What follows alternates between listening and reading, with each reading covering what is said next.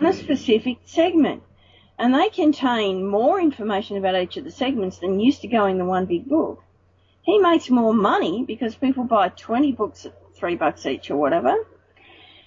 And the buyer is happier because they only get their one thing solved. People buy books either because it solves a problem for them. Mm-hmm. How do I do X? Or in some cases, fiction is the problem it solves is I need a break from my real life, right? In that sense. Non-fiction, it's how do I do? I want to learn about. So the reader gets their problem solved. They get more data than they otherwise would. And the writer makes more money because they have more books to sell. And as a business owner, they get greater authority because they haven't just written one book, they've written a series. Okay.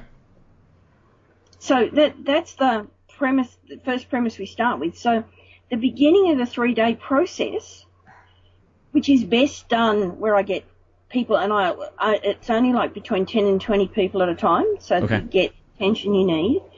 But we get in the room for 3 days, go through the process, and the process starts with that recognition that you don't have to write everything. And then we drill down into those top 5 questions that your customers ask you. Because there's your first 5 books. Right. And because each of those questions will be about a specific issue. Sometimes 2 of them will be so closely related you might wrap them in together. Mm-hmm. Generally, to the first book, which is what we do in the 3 days, will be about the most commonly asked question in that business. Because that's also the one you're most likely to have the largest amount of existing FAQs and other written material about because you answer it all the time. Mm-hmm. So then the next stage, having identified it and done some thinking about the frame in which people ask for it, you know, what's the actual problem they're solving, not the words they use, but what's the problem they're solving. Oh, sure.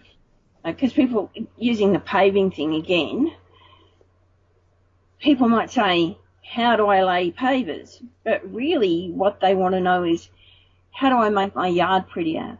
How do I have a deck or a paved area outside my house where there isn't mud in winter? Or the problem is about comfort and life and emotional stuff. Mm-hmm. The practical stuff is a method to get there.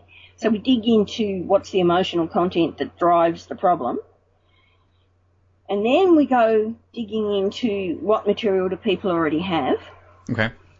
And when they answer the question, if they're talking to the person in person, what's the order in which they answer the question? Because that helps them with the dot points of the order in which stuff has to be in the book. Because you need to tell them this before you tell them that or it won't make sense, that type of order of things. And then we start plugging existing content into some of that and work out what's missing that actually still needs to be written, and then work out how that needs to be put together so that by the end of the 3 days they have a very solid first draft of their book that's either ready to be edited and polished to publish, or they might need to get some more images if it's like, how do I do? And you might want pictures of doing, so they might need to get some images to put in. But it's all mapped out. Mm-hmm. It's all done. It's just assembling the last bits. Oh, that's great. And it's, like, sure, someone could go through that process just based on my description then. Someone could go home and do it. Yeah. It's a bit like you said, are you giving away the secret sauce? Well, no, because the secret sauce, in a sense, is that people want their handheld. People want the chance to be really locked in on a focus. If you try and do it in 3 days at home, unless you live by yourself and you're very disciplined, stuff will happen. I want to go out. I want to. The kids will decide to have a screaming fit about sharing toys, and your focus will be gone. Mm-hmm. Whereas going somewhere, getting in the room with people, a small group of people where the entire focus is on getting the book done for a few days, creates amazing acceleration. Yeah. Having someone there so that you can ask me, I'm stuck, how do I do this bit? That hand-holding allows people to get past the blockages really fast and just get it done. Yeah. So I'm quite happy to tell people about the process, because in the end, I've got a bunch of worksheets and things that help people do it faster. There's a whole lot of techniques to deal with specific ways people get stuck that I know. Mm-hmm. All of those things are what makes it end up being better if they work with me. Mm-hmm. It doesn't stop me sharing it. Oh, sure. And being thrilled if someone does it by themselves. Right. So with what you work on, do you also work with your clients on the editing part and actually doing the publishing, whether it's self-publishing or online? You handle all of that in-house? Yes. Okay. Do you also do book design and I guess the whole everything? We can provide individual pieces if people just want proofreading or editing or a cover design, we can do that. But we also do full end-to-end packages with everything included. Okay. Because, again, I'm a big believer that as an author, particularly if you're a business owner, you shouldn't have to become a publishing expert just to get your material out there. Right. Your subject matter expertise is in your topic area, in the thing that your business is, in the thing you're writing about. You shouldn't have to learn a whole extra thing that you're not really interested in just to get your material out there. Mm-hmm. That's what you call business. If it's not your core business, outsource it. Mm-hmm. Oh, yeah. So with what you do, and especially with writers, there's the whole element of writer's block and just being fearful of putting their information out there because maybe they think that they're not that smart, something like that. How do you coach your clients to get past writer's block or get past that fear of putting this thing out there into the world? For business owners particularly, I start with the fact that if they already have clients, they already know that people want their knowledge. Right? If they didn't know enough, they wouldn't already have clients. Sure. It's very, very simple on that sense. And for most people, that, oddly enough, that's a bit of a revelation. It never occurs to them in that perspective. Mm-hmm. Then it comes down to the fact that when we know something well, it's ordinary to us. Right. So when you first learn to drive a car, you're all over the place and it's terribly complicated and your brain is going a million miles an hour and you struggle to integrate it. Fast forward 10 years later, you talk, you have conversations, you have a drink, you just do it. Right? There you are, driving down the road, and you have those moments where, in fact, you don't remember the last 3 miles, but you got there anyway because you're used to doing it. Right. So it's become ordinary to you.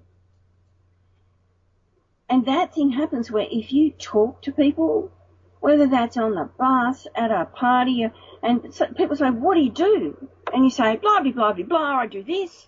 And they go, 70 or 80% of the time people go, wow, that's amazing, I could never do that. Yeah.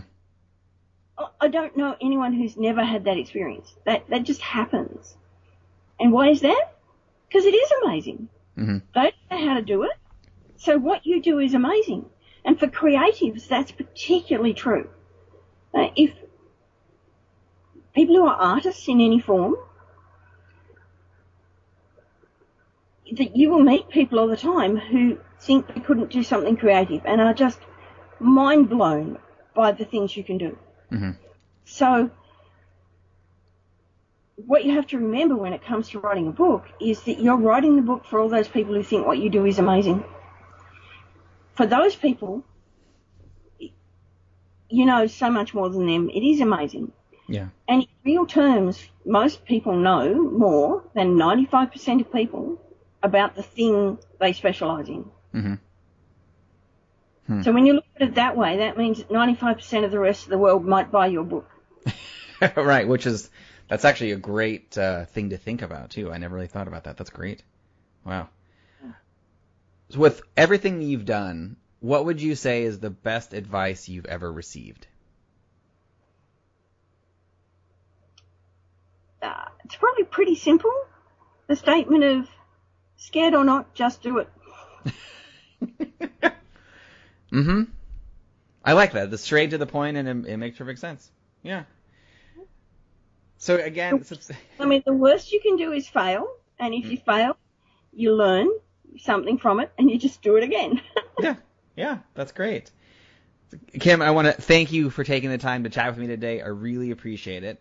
If the listeners would like to see more and hear more about what you're working on, what is the best way they can do that? If they go to dreamstonepublishing.com, there's plenty of information there. And if you're looking for my books or the books that the business publishes, if you search Dreamstone Publishing on Amazon, you'll get 3 or 4 pages worth of search results. That's wonderful. Great. I will make sure I put those links in the show notes. Excellent. But again, thank you so much. I really appreciate it, and have a great day. Thank you. All right. Bye. Bye. Thank you for listening to another episode of the Advance Your Art podcast. If you like this episode, please go into iTunes and give us a 5-star rating. And while you're there, hit the subscribe button so that every single time I release a new episode, it will go directly to you without even thinking about it.